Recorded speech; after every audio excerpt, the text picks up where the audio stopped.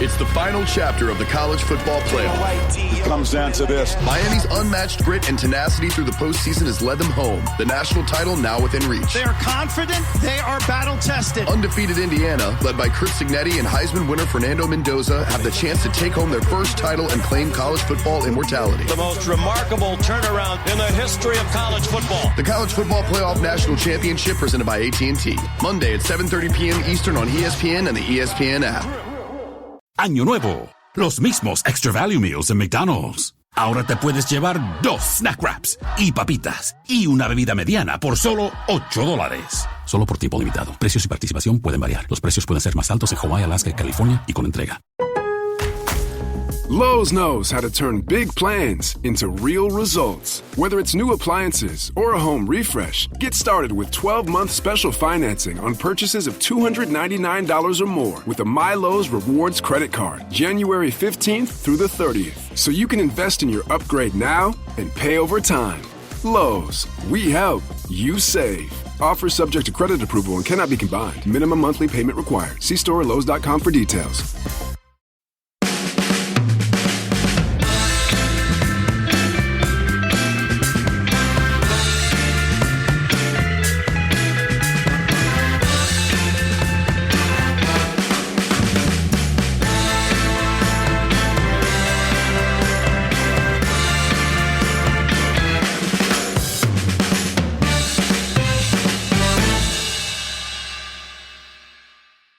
All right, here for the midweek pod. We're speaking on Friday evening.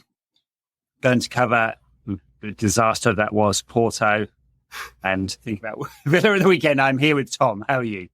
Yeah, really good. Thank you. Really good. I mean, it was just chaos last night. Disaster. Yeah. I don't know about disaster, but it was chaos. No, disaster probably unfair. It's 3-0. A 3-0 away in a difficult away game is not a disaster, is it? It's just the nature of the game. I did a quick review for our YouTube channel afterwards. I was like, I've got 15 minutes before I have to go pick the kids up. So hopped on, recorded some thoughts, and 24 hours on, I think they probably still stand. The weird thing is, and it's probably not the first time we've said this about a performance under Ten Hag, it was actually good for 25 minutes. And I don't just mean in terms of scoring 2 goals. Obviously, that's good. I mean in terms of the structure. Yeah. This was not. I mean, we said on our preview, didn't we, that we did, that Porto are a high-intensity, high-pressing side that are really strong in wide areas and are set up really well to beat Manchester United, right? And if you play the game from 25 minutes onwards, that was very much true. The first 20 minutes, United sat in this mid-block, didn't press at all. They were like, we're going to be structured and then we're going to counter. I was like, that is the setup for playing Porto away. Yeah, and that weird old school midfield, like throwback to the first season of the Ten Hag of Casemiro, Eriksen and Bruno. Yeah. But Bruno as a 8, not a 10, right? It wasn't until later in the game that he started drifting into more forward areas. And I don't know whether that was instruction or him just going rogue. But we'll get onto that in a bit. But for 25 minutes, it was structured, mid-block, counter, perfect tactics for beating Porto. We've seen this from Ten Hag before, and it wasn't quite as defensive as say, against Brighton, Arsenal, Newcastle, and City at the end of last season. But proper tactics for the occasion, and then it all went to shit. Yeah, and even like. I feel like we'll get onto Rashford as well, like properly, I guess, but and the halftime madness. But just the way that he was running at defenders, and he has been like that over the past 3 or 4 weeks as well. Like he looks back to his best. Like it was like watching Ronaldo running at a defense for that goal that he scored. It was just it was actually almost like unbelievable to see, like compared to what he was like last year. And that's even what we want from him. Even in the Liverpool game, where there was like times where you think, just run. And he just looked like he completely was broken, looked like he completely lost his confidence. But last night, and he has done it a few times this season, where he just runs at the defence. And that's courageous to do, especially if you've not got much confidence, to just run and potentially lose the ball or potentially look silly. And you've got to completely like give your everything, your whole being to that moment to be in and kind of just let nature take its course, essentially. Let your instincts take its course. And that's exactly what happened with what he did. Whereas so much of what we've seen from Rashford this season, not this season, but last season, and when he's in his dark patches, is he thinks too much. And this was pure instinctual Rashford. And yeah, it was kind of just, he was part of a collective which was working really, really well, like Højlund making those little runs in behind rather than kind of just, I don't know, Rashford cutting in and shooting a little bit like Garnacho kept doing in the second half. He kept doing it really, really well, but then Højlund became a little bit of a non-entity, whereas I think he was working really well, Rashford and Højlund. And then bizarrely, obviously at half-time, he comes off. It's a dichotomy for Ten Hag or perhaps whoever replaces him, Ruud, isn't it? So what's the balance of the midfield of the forwards, and exactly how are we going to play, right? So if we play with Rashford tucked 10 yards inside and running at defenders, he's an unbelievably dangerous player. He's one of the top forwards in the world. I don't care what the haters say. They can suck my chubby dick. Maybe not. But honestly, I just think it's mad. 32 goals and assists, 35 goals and assists, and 41 goals and assists. And the 32 was in the season he had a shoulder and a foot injury, right? So, and that is in the 3 seasons before last season. Last season, Ten Hag made him stand on the touchline. And if you're not going to use him as an inside forward and you're going to use him as a wide creative player, you're neutering all his best aspects. Now, I'm not saying that's the only reason. I'm not making excuses for poor performances or for what looks like a massive lack of confidence, and that seems to impact, well, at least on a surface level, what he does physically as well. Like, people want him to go back and defend, which is like really not the thing you want him to do, but all right. I mean, he dropped from 22 sprints per game on average to 19 from the season before last to last season, right? So it's a meaningful drop. It's a 10% drop in number of sprints per game. Something was happening with him. But we've seen signs of him getting back to his best. And that first half was great. Running at players. I don't care if it doesn't work. If he makes 5 take-on attempts and gets 1 right and scores goal, that's fine. That's good, right? Yeah. That's what you should be doing. This is the problem with exactly what you want out of Marcus Rashford. Yeah, and this is the problem with the fandom, because they get on players back when it doesn't work for a winger. Like for Salah, even if you I know many people, probably not many of our listeners probably do watch Liverpool every single week, but if you were to watch Liverpool every single week, you'd see that Salah isn't incredible every moment of every game, and he isn't incredible every single game. It's the nature of the winger. Unless you're like Lionel Messi or peak Cristiano Ronaldo, you will have games where every time you try to take on a man, it doesn't work, or every time you try and cut in and shoot, it doesn't work. You're not going to obviously be as bad as Anthony, but you have to have that confidence. You've got to have that just willingness to just keep going. And when fans are getting on their backs and saying, "Oh yeah, Rashford's done nothing," or he keeps running into his man or whatever, that is the literal cyclical nature of what happens to a winger. Yeah. And therefore, you get in on his back every single time, and it happens in the crowd. It happens obviously online. It's not just kind of these online trolls that it happens with Rashford. Obviously, the majority of the fans at the ground are massively supporting, and his song is sung almost every single week. But there are also a substantial amount of people that do get on his back when he runs into a defender, and that's so difficult when you haven't got that confidence, when you haven't got that willingness to want to try it and just keep going back, keep coming inside every single time. And that is what, like you say, what is best about Marcus Rashford. And that last night was just a perfect encapsulation. And like I say, it was like watching a young Ronaldo, and that's how good Rashford can be. Obviously, keeper should probably save it as well, but still. I don't think that matters, right? He also hits the ball so hard that type of finish will go in a lot of the time. Yeah. I mean, it's a keeper mistake. I'm not going to focus on that. I'm going to focus on the fact that he's 10 yards inside. He gets the ball. He runs at his man, takes on 2 of them, comes inside and shoots, right? And he did it later in the game, and he beat 3 men, and they got a block in. He could have passed it, maybe. But I do think it's gone from online to offline. There's absolutely, I said this on the last pod as well, there's absolutely no way that 15 years ago, a player who like either took his man on and failed, or cut back and past it would get jeered. And that's what was happening to Marcus, right? He couldn't win.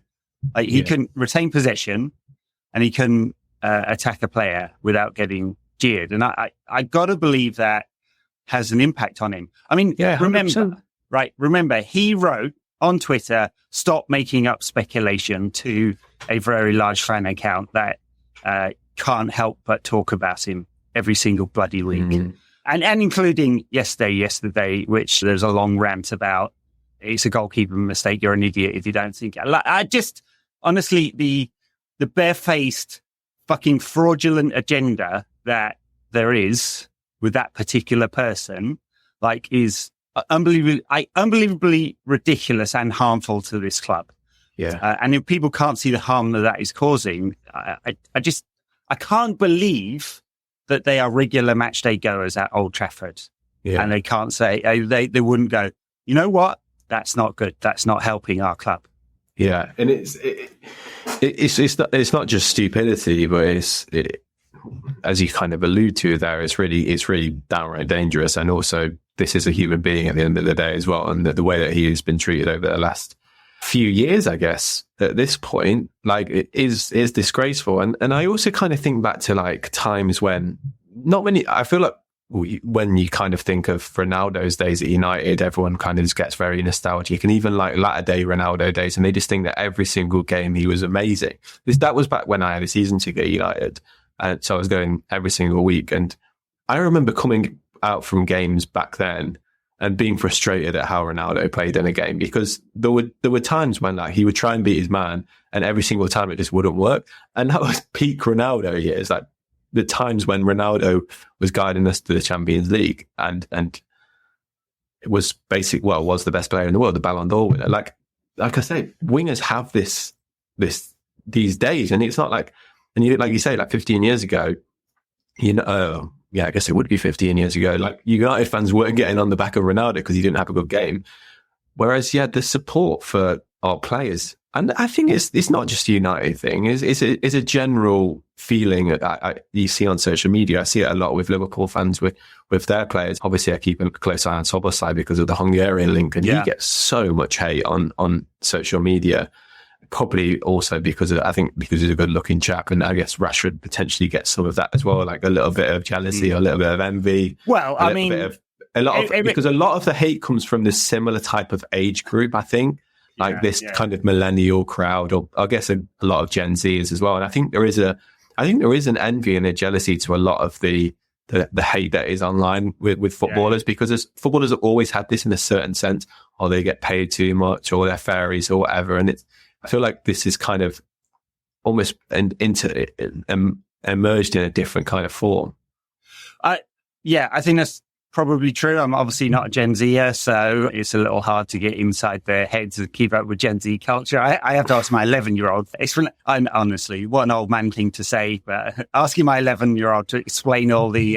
in fact, it's actually the 7-year-old who's got the dictionary of all the latest terms and stuff like that. But in terms of fan culture, yes, it's gone very, very online. I do think there's a thing in politics as well where people are too online, and there's a certain kind of bubble that happens there that's not real. And that I do think that is true. Now, if I was a player, I would just not. I know they want to do it for brand and audience and sponsorship stuff, but I would not engage at all. I just don't. I think it's extremely toxic. It clearly impacted Harry Maguire. There's something different with Harry Maguire that it didn't really translate into the stadium. I mean, there were a few groans or you make mistakes or whatever, but I think generally speaking, actually being out of the team has helped restore some of his reputation a little bit. And I think there's a general sort of admiration for what he is as a type of human, if not like what he is as a footballer, right? He hasn't quite lived up to the price tag and all that. There's one other thing with Marcus Rashford, and obviously people hate me saying this, but like, look at any post about Marcus Rashford and there's a whole bunch of people with monkey emojis. Like you can't get away from the fact that is extremely prevalent in the discourse, right? Now, I'm not saying that criticism of Marcus Rashford is not legitimate, or that it's all about racism. But I'm saying there's a large number of critics of Marcus Rashford who are racist in their criticism. I hope people can see the distinction there. It's not all about that. It's justifiable to criticize him. I do think supporting a club, generally speaking, in most occasions, especially in the stadium, is about supporting the team. Now, fans are always frustrated. Fans voice their opinion. It's not the first time people have booed a player at Old Trafford. It was extremely rare. Like, through the 90s, I remember I was at the game where Ryan Giggs got booed, and he was in one of those really bad fallow periods. I think he was getting Blackburn.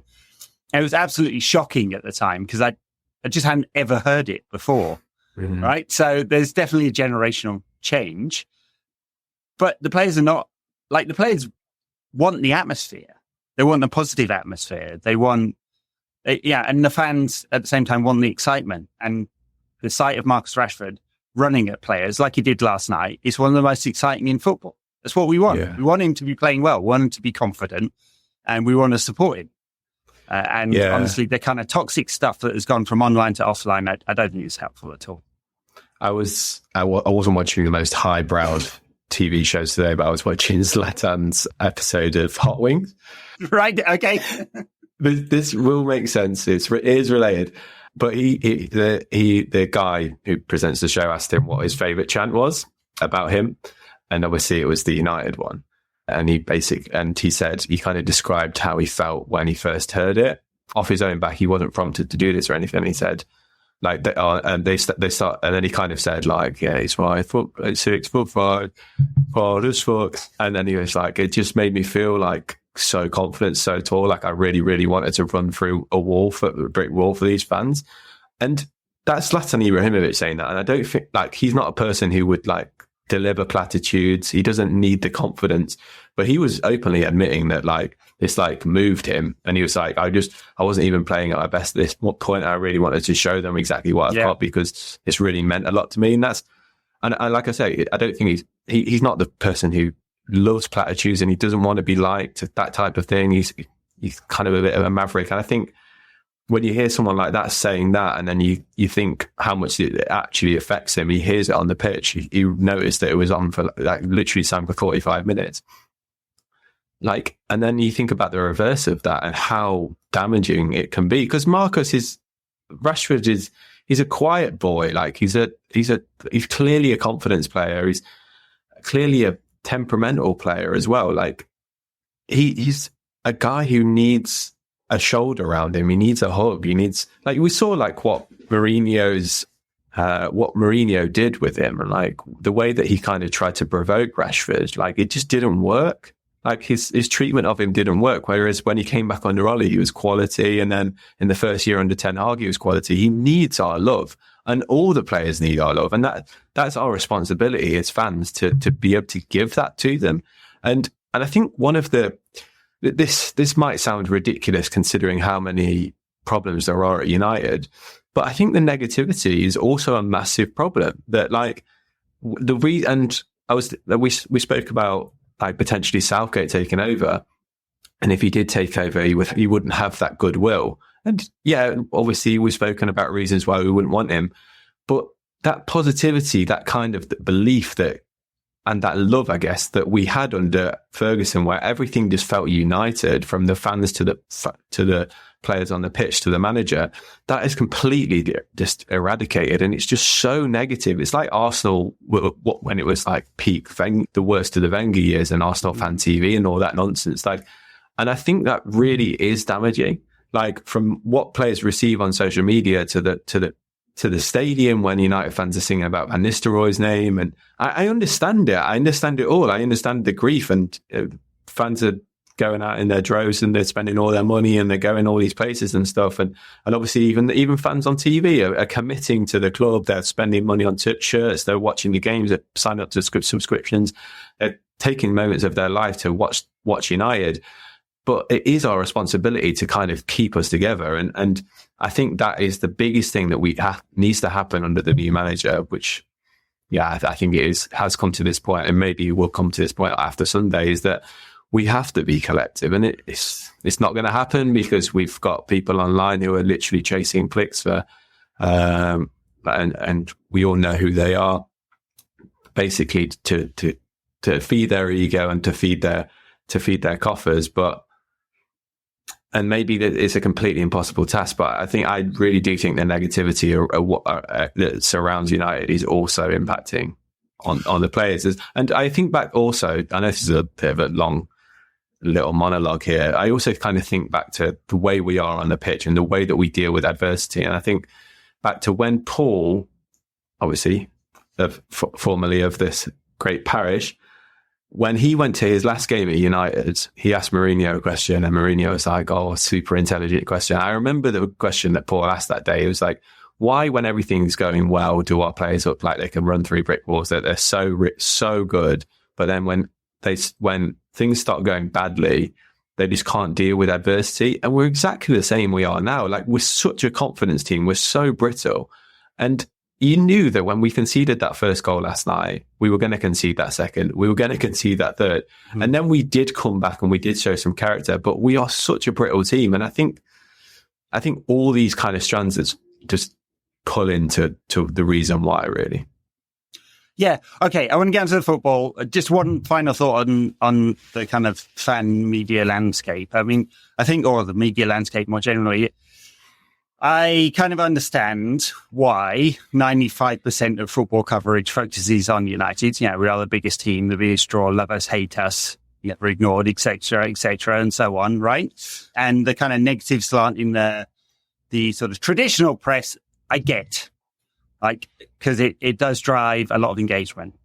In fan media, I think you can take different decisions, right? We with this podcast and now YouTube channel, we've become what we said we wouldn't, Tom. I like to think we take a rational, analytical view of things, and that has created a ceiling for our growth in terms of audience numbers, and it's just a decision I was comfortable with, and I hope everyone else on the show is, right? You can take other decisions. Clearly, the large one has taken the decision to drive a wedge between fans as a way of driving engagement. That's what they've done. It's entertainment for people. All right. I think about the Stretford Paddock guys as well, because they kind of really came to fore with under Moyes, didn't they, with the fan cams and stuff like that. But if you look at their content now, I think it's generally really excellent, right? It's fan-based content and it's watch-alongs and all the stuff, but it's also interesting discussions and have guests. And I don't watch all of it. I just don't have the time. But I think they've turned into something which is like high quality fan produced content, right? And so I'm thinking there is the right medium here where you can be fans of the club and be critical if you want, because that's, fans can have their own voice and yet not be completely divisive. Mm-hmm. Yeah. So anyway, let's move on to the football. That first 25 minutes was good, wasn't it? 22 minutes of media discussion there, but Marcus running, dynamic forwards, sat in a mid-block, moving the ball quickly forward. Both goals came from there. Marcus with the first, and Marcus played in Hoyland for the second. Good run, bad keeping, and all of that. And that's what we wanted. And then something just, I don't know whether it was before the Porto goal. I mean, they all came down the right, didn't they? Before the Porto goal or just after it, the shape seemed to change. Bruno seemed to drift into, it was like really noticeable. Bruno was suddenly at number 10. And there was a big gap in midfield again.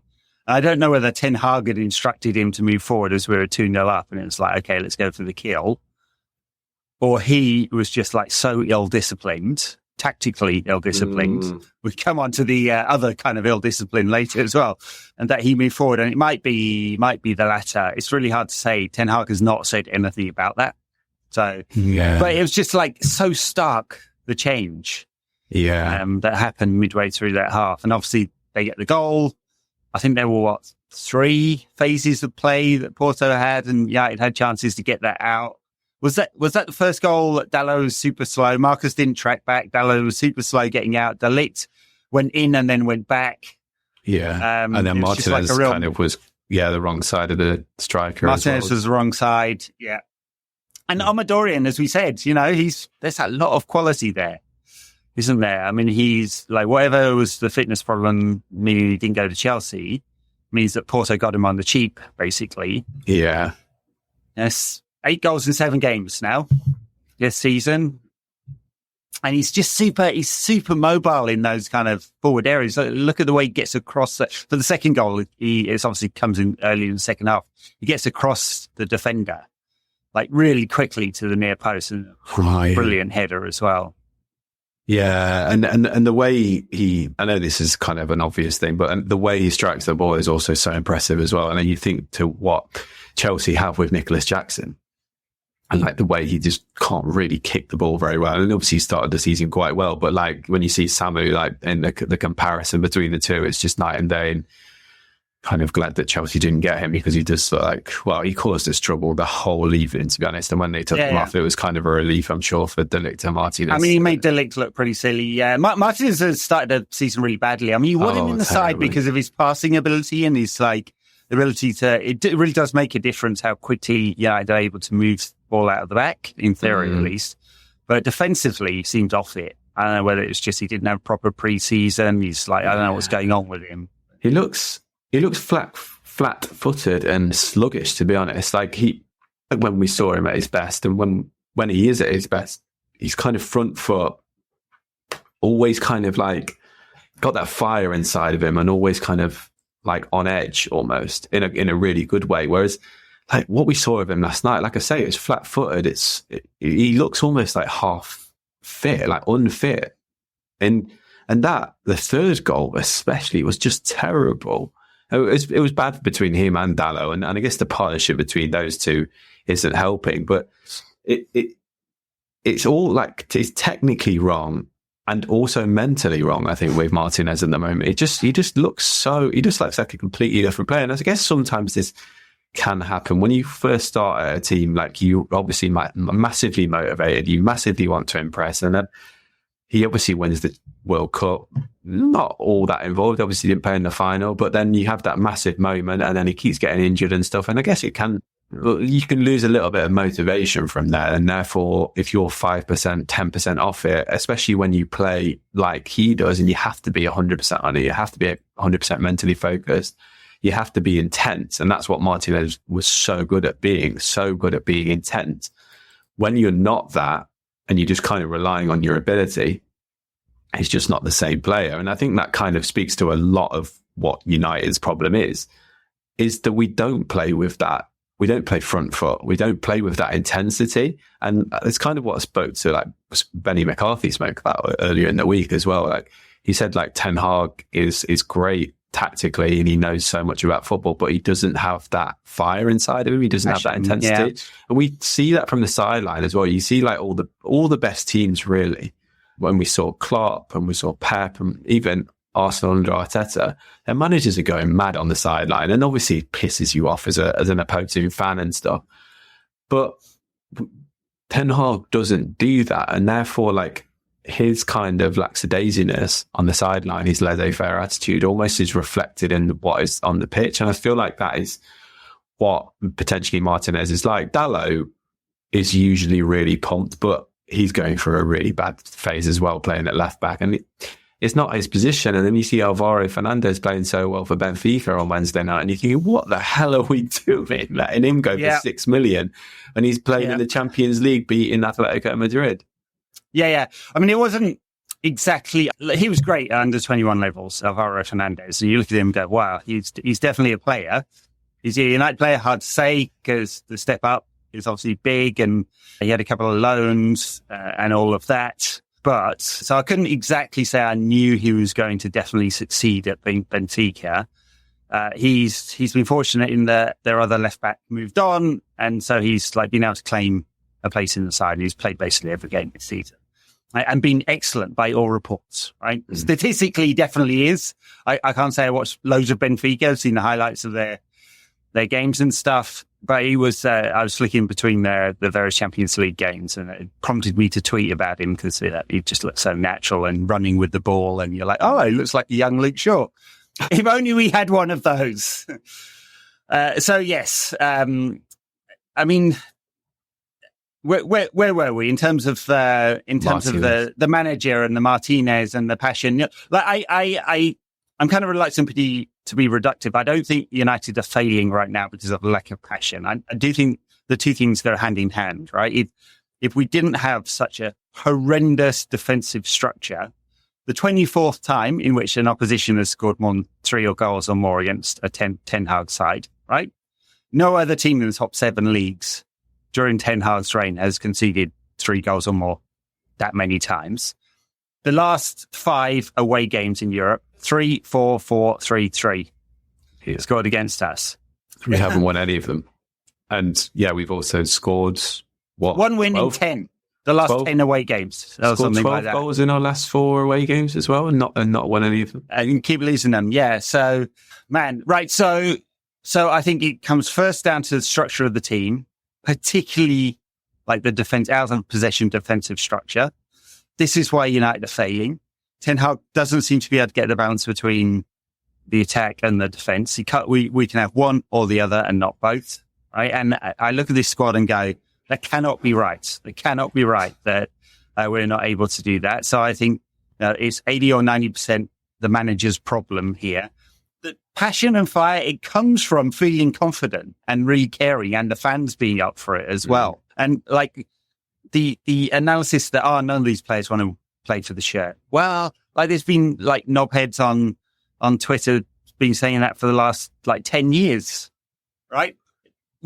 Ten Hag's bought 21 players. We just go out and go, have you got passion and fire? No. Oh yeah, you're our guy. Yeah. We want someone who doesn't give a fuck. Right. So I just it seems like 5-year-old analysis to me. And we need it. We need the work rate. We need the passion. We need the work rate. But most of all, we need the technical and tactical coaching and structure. And it doesn't feel like the players have down tools as well, like in the way that we came back as well. It just seems to be like, obviously from a tactical perspective, it's obvious, but then there just seems to be a little bit more as well. Like it is just like a lack of confidence, which just doesn't seem to him. It's just kind of been just there since Fergie left, really, and it's like almost like a lack of belief. Like it is a lack of belief, I think, a lot of the time as well, and it doesn't help as well when you kind of have like De Ligt coming into the team and playing so badly as well. Like, and we needed him to start well. We needed the partnership between De Ligt and Martinez to be really good, and they just don't seem like the third goal is a great example of like their lack of cohesion at the moment. Is because I think it was Samu, I think, in the midfield in the striker position and Martinez and De Ligt both go tight on Samu. And therefore, like, Martinez comes inside, leaves a massive gap between him and Dalot, where I can't remember what number it was that ran through, maybe 23, who ran through the gap, basically, that Martinez left. And Martinez was supposed to go with that man. De Ligt was the man on Samu. But I don't know if it's a communication issue or just kind of not understand, I don't know, not reacting properly to what's going on, or maybe the communication issue with Dalot, who looks at times in that left back position just like he doesn't know how to play there. He doesn't know his angles correctly. And I don't know, there's something not right between those two. And therefore you kind of see Maguire come on. And I don't know if Maguire and Evans came on because De Ligt, and that was just a real bizarre double substitution. Yeah. Anyway, like it surely isn't a thing that because they've played so badly that they came off. But then no, I don't buy it. This is on the manager, right? Martinez and De Ligt are both good players, and you can say, they should sort it out. But we've swapped Maguire, Lindelof, and Wan-Bissaka, and Shaw's obviously injured, and getting the same stuff, right? He looks the same. We bought De Ligt, who's a good player. He's got his weaknesses, pace and so on, and he's a decent passer, but not a great one. So, but he looks exactly the same. Midfield looks exactly the same. The lack of potency up front looks the same unless we like flood the zone, right? Like get players moving forward, and then we can't defend. And so it is down to a decision by the manager. Now, I said earlier, I couldn't understand why we went from like a mid-block to stretching the game out. We score goals when we stretch the game out. We actually scored goals on the counter last night, which was like the first 2 at least. And we stretch the game out, and that's how we generally score goals under Ten Hag. But then we're defensively really porous because we have 1 or 2 men in midfield having to cover like a 50-yard area. And that's how Porto ended up getting back into the game. It's how they scored a third goal. It's 3 passes from back to front, not long balls as well, just straight through the middle of us. Yeah. And it's the classic, that and the cutback, the classic goal against Manchester United. I just think it's almost entirely down to how Erik is coaching this team. How he's coaching is kind of, I know it's a bit derivative. It means a lot of things, right? But the work they're doing on the analysis, in the analysis and the video analysis room, the training session that they're doing, it has produced this team.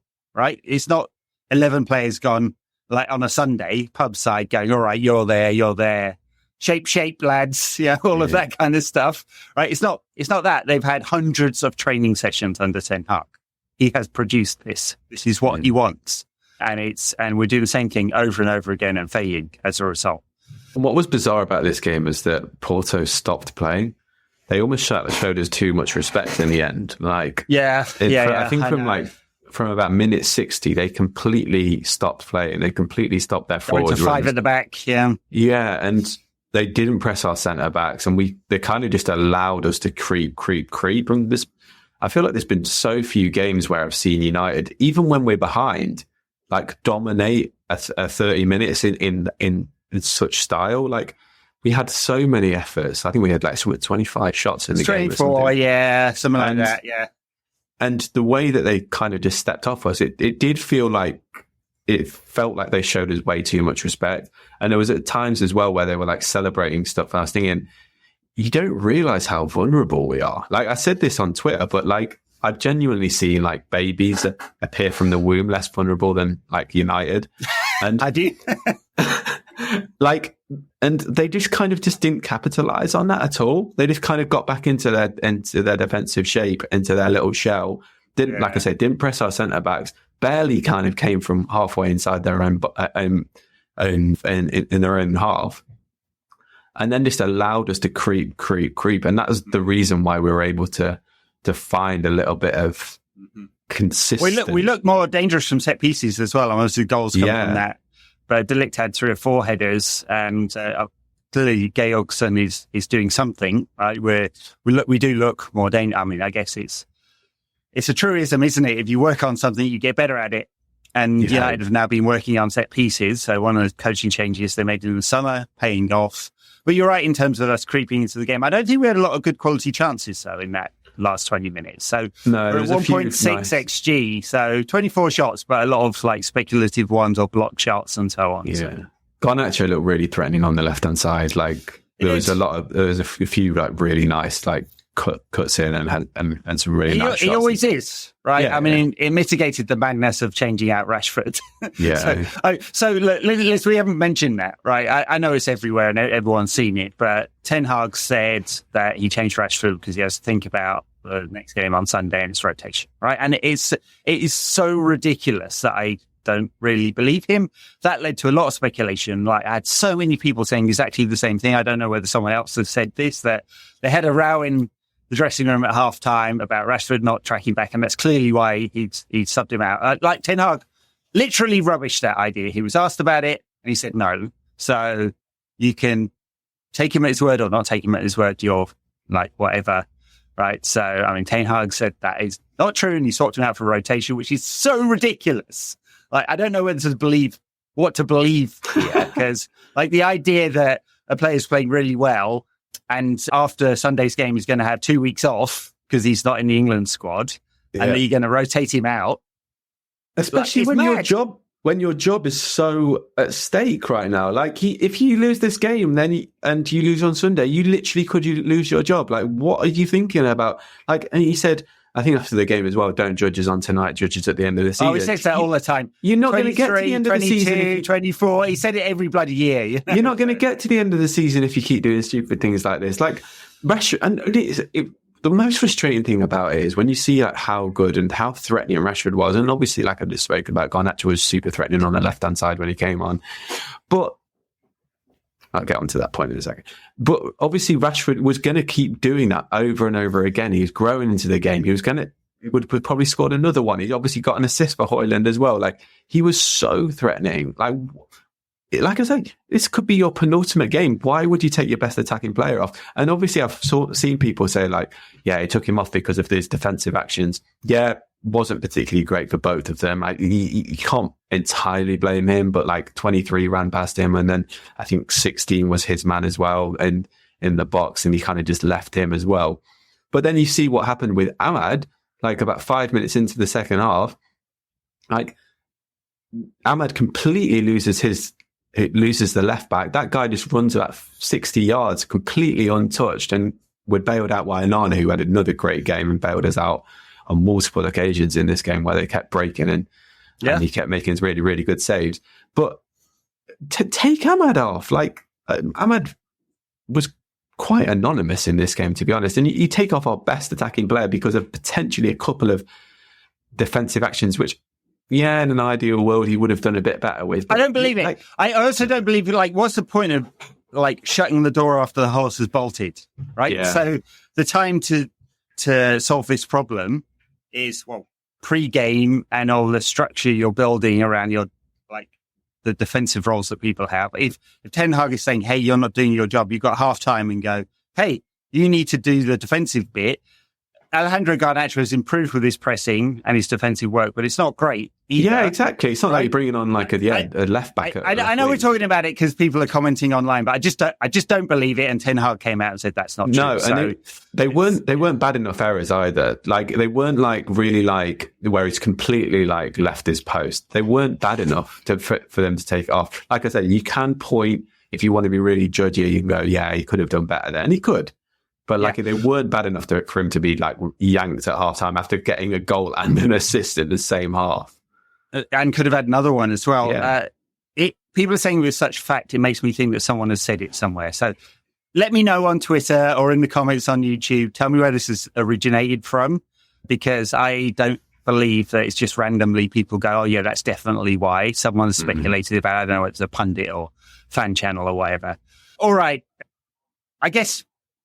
Two other things we're going to talk about before we get onto the Villa game: the red card for Bruno and Harry Maguire's goal. So the red, I mean, I can almost understand this red card more than I can understand the one he got against Spurs. The one against Spurs was ridiculous. He slips over and hit him on mid-shin and top of the foot and all that kind of stuff. It's obviously not a red card.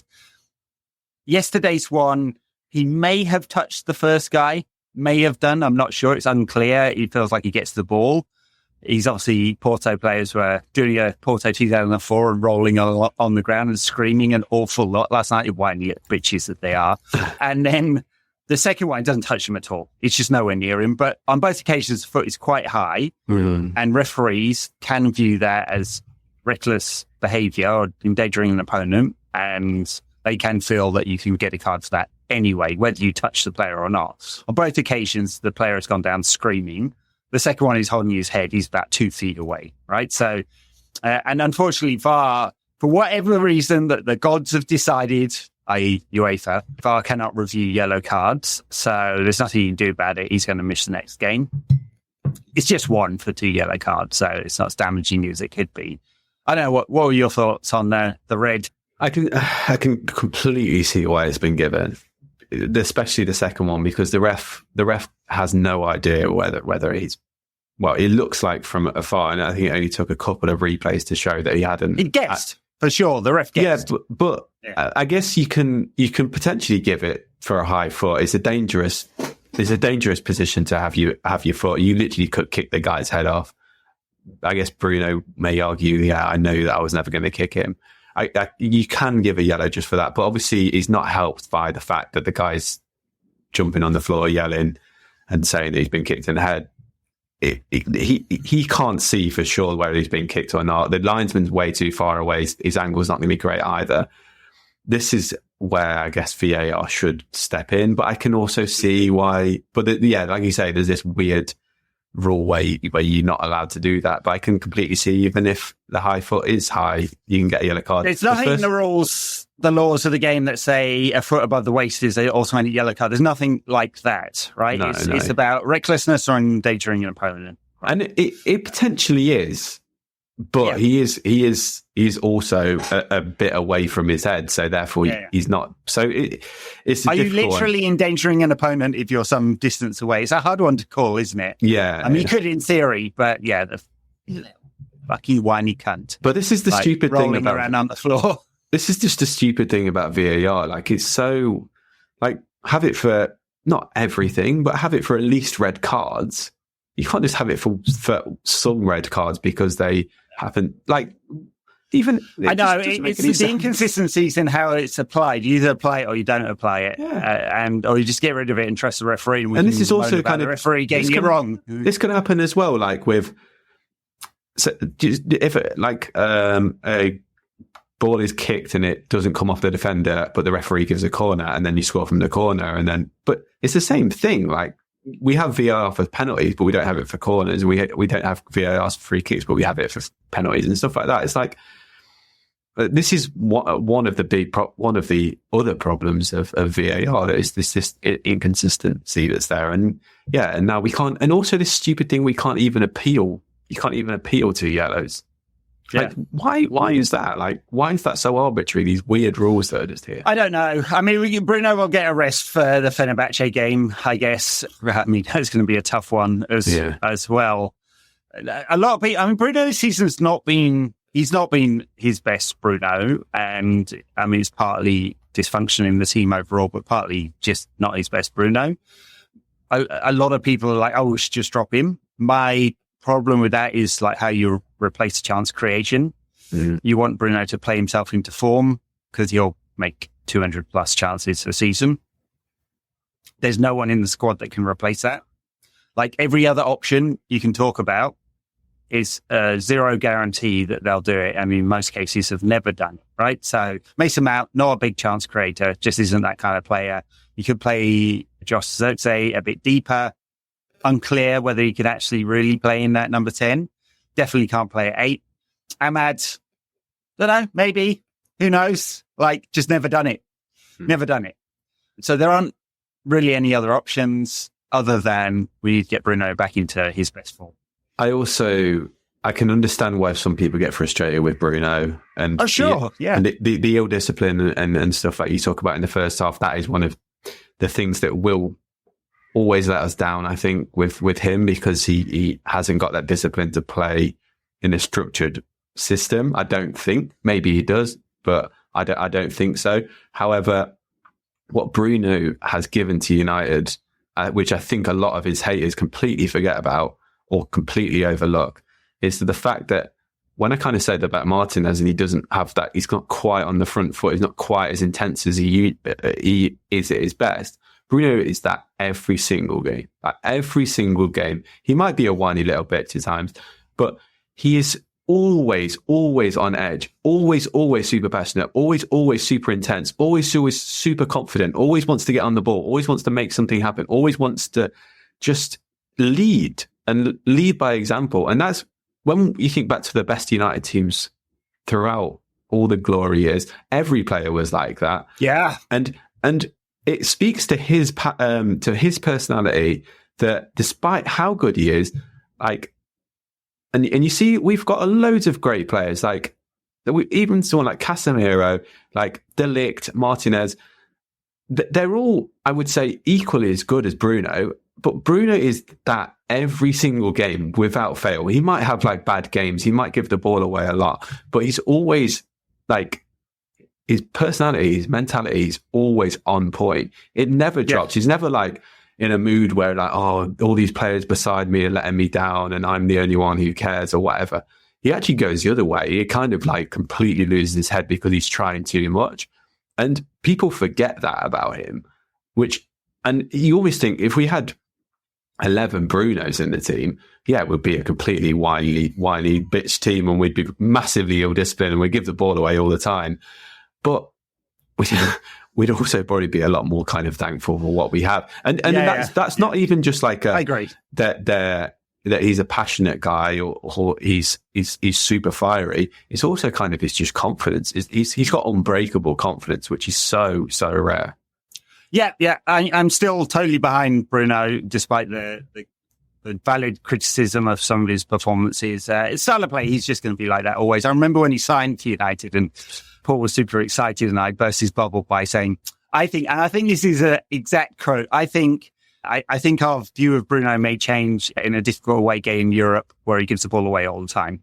I think it was my analysis of him. So anyway, 5 years later, I'm like, no, I knew. No, look, I on balance, we want to play. Maybe, I don't know whether this is a right comparison or not, but if you look at Cole Palmer this season, he's playing as an out-and-out number 10. They're not asking him to drop back into midfield. He's there to score goals and create goals, and that's what he's doing, and that's what you want of Bruno. And I think this experiment with him as a double 8 that Ten Hag is trying to extract in order to get some kind of something in midfield, which still doesn't work. Like, it's the balance in midfield that's wrong, not the balance at number 10. On balance, sorry to say the word balance 15 times in a row there, but I think that's the problem, the structure, not the players, even if there are valid criticisms to some of the player performances. All right, talking about structure and balance, we are playing Villa on Sunday, and they are a very well-balanced team.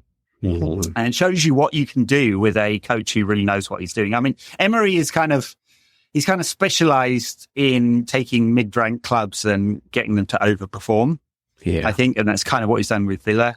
No slight on Villa there, because I think their history over the last 40 years is they are a mid-rank club, and sometimes even worse than that. And he took over a good squad. They had a good squad, and obviously Steven Gerrard has absolutely no idea what he's doing. And turned that team into much worse than the sum of its parts. And it just took a good coach, and they've added extra players, got very ambitious owners who want to spend a lot of money, more money than they can actually afford. And they want to build a team. And obviously you saw them beat, I'd say, a Bayern Munich side that is in some transition at the moment the other night. So not a massive surprise. And they did it by being extremely well disciplined defensively, and having John Duran up front, who's spectacular as a player. And so, it's going to be an incredibly difficult game for United. It's not any surprise as a piece of analysis, but they're extremely disciplined, Villa. They do have some very nimble, flexible, quick, direct forwards. Once again, I am saying to you, I think we're playing a team that are well set up to beat us. I kind of wonder how Wednesday night will work for them. Will it kind of have sap their energy levels because of how much they put into it, or will it have kind of energized 24 hours extra rest? Yeah, or will it kind of have energized them and think, oh yeah, we're the real deal now, and we're going to go and batter United on Sunday at home as well. Like it can work one of two ways. But like you say about Emery, he is a master of these sort of clubs. And I think I can't remember who it was who was talking about it. I think it was Morgan Rogers. He was doing an interview with TNT after the game, and they said, oh yeah, we did an hour and a half analysis before the game on the morning of the game today, like just looking at Bayern's weaknesses, and John Duran was looking at like where Neuer will be, and he knew that this moment would come and stuff. And you think that type of studiousness would just not wash with certain teams, and I guess there's potentially, definitely why he failed at PSG. Imagine trying to tell like Neymar to watch an hour and a half video worth of analysis. Make sure you track back into zone 14 when their fullback overlaps and we've got a mid-block. I don't know. I mean, I can't imagine it. Arsenal's a different case, though. I mean, I wonder whether they would just... I know they were in a bad place, Arsenal, and it wasn't working out, but I wonder if they just waited a little bit longer with Emery, whether he would have developed that side. They had patience with Arteta. 3 years ago, I meant to say this earlier, actually, almost 3 years ago to the day, there was a massive protest of Arsenal fans at the Emirates wanting Arteta to get sacked. Yeah. And by the way, that is not me making the case for giving Ten Hag more time. We are done with Ten Hag, right? We've got 123 games of evidence now that we're not progressing to something. No. Except for a pile of shit. But Emery, I like the studiousness. At times, I think his teams have been a little more defensive than I would like. He's not. There's a real trend, I think, amongst almost every elite club, in fact, like mid-rank clubs as well, to have a very clear identity. If you look at Brighton, Hertzler is slightly different than De Zerbi and slightly different than Potter, but they're of a theme, right? Mm-hmm. They're clear identity. There's not a massive transition. I suspect that's what Ineos have as a kind of vision for United. And I suspect that's what we'll do for Ten Hag in the end. Emery is not that, right? He is a little more pragmatic than like I have a clear identity. His Villa side were way more attacking last season than I expected them to be, like way more. And because I guess he's looked at the squad and gone, I have a load of really good attackers in this squad right now. So, yeah, and they've made that better with Morgan Rogers as well, who I think is just fantastic. Like he's so good at dribbling with the ball, so good with both feet, and he's starting to add the goals and assists now as well. And he's kind of body shape, the physicality that he has to say he's a 10, and his technicality that he has, I think he is really, really good. And like this, the ceiling that he has is ridiculously high. And I think he's going to be at a really, really big club, because this is only he had half a season in the Prem last season, and this is his first full season in the Prem. I think he's been their best player, and the way that he kind of links with Watkins, and then when Duran turns up, obviously Duran is kind of getting all the headlines now because I think he's averaging a goal every 40 minutes or so. And it's the spectacular nature of some of them as well. Oh right? My God. Like the finishing is just incredible. Like, and I guess what's happening, it seems like what's happening is Ollie Watkins is running the defence into the ground by making those runs in behind, chasing the channels and stuff. And Duran's just coming on and going smash with his left foot and just smashing it in every time. And that boy has ridiculous confidence. And to have that 1-2 punch that a team like Villa have, they have the best two strikers in the league. Like, is it not the best two, but like there's no other team in the league that has two strikers as good as those two. Yeah, well, no, very true. Look through all that. I mean, obviously Haaland at City, but they don't have a second now that Alvarez has gone. Arsenal definitely don't have anyone of that kind of quality. Liverpool, Nunez has one of the worst finishing rates of any trade. I mean, literally, like he's below 20% conversion rate. Yeah, I mean, I was just looking at the team they put out against Bayern. I mean, obviously had Philogene, Rodgers, Ramsey, Watkins to the front four. Yeah, I think Bailey was injured as well, wasn't he? Sorry? I think Leon Bailey got injured in the war. Yes, right, yeah. I mean, they were brave in the summer in that they sold Douglas Luiz and Diaby. Yeah. They kind of made a decision that they could lose those two and then see whether that is true or not. But they signed a Nana who's fitted in really nicely as well.